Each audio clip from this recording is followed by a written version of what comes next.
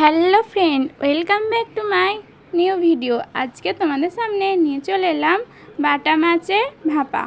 এটা কিন্তু খেতে অসাধারণ হয়, আর গরম ভাতের সাথে তো কোনো তুলনাই হবে না। দেখো আমি এটা কীভাবে তৈরি করছি, আর খুব কিন্তু সহজেই করে নিতে পারবে এটা, কোনো ঝামেলা ছাড়াই।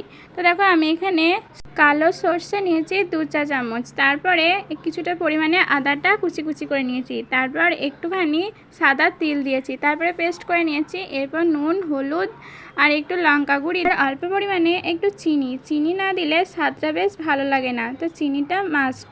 তো এরপর লঙ্কা গুঁড়িটা খানিকক্ষণ দেওয়ার পর আমি কিন্তু খানিকক্ষণ রেস্টে রাখবো এই মিশ্রণটা, কারণ মিশ্রণটা রেস্টে রাখলে খেতে কিন্তু আর একটু ভালো লাগবে।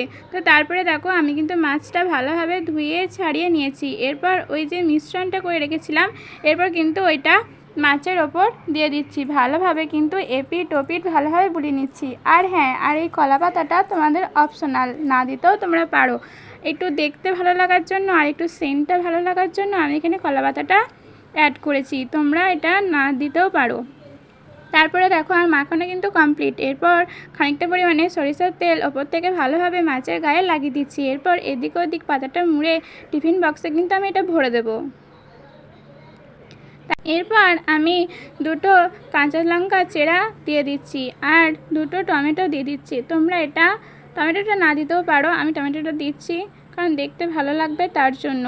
তো দেখো এরপর আমি ভালো করে কলা পাতাটা মুচড়ে আর দিয়ে ঢাকা দিয়ে দেবো।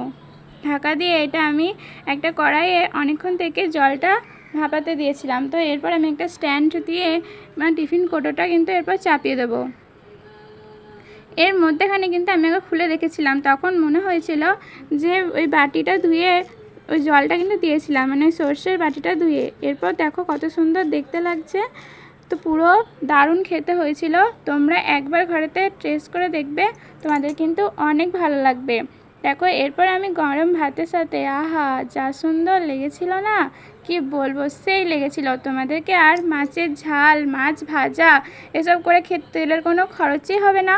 তোমরা এভাবে করে দেখবে সবাই হাতটা চেটে পুটে খেয়ে নেবে। দেখো কত সুন্দর দেখতে লাগছে, তাই না? দেখেই মনে হচ্ছে অনেক ভাত খেয়ে নেবো। তো তোমাদের ভিডিওটা কেমন লাগলো অবশ্যই বলো, ভালো লাগলে লাইক, কমেন্ট, শেয়ার, সাবস্ক্রাইব করতে কিন্তু ভুলো না। আজকেরকার মতন টাটা।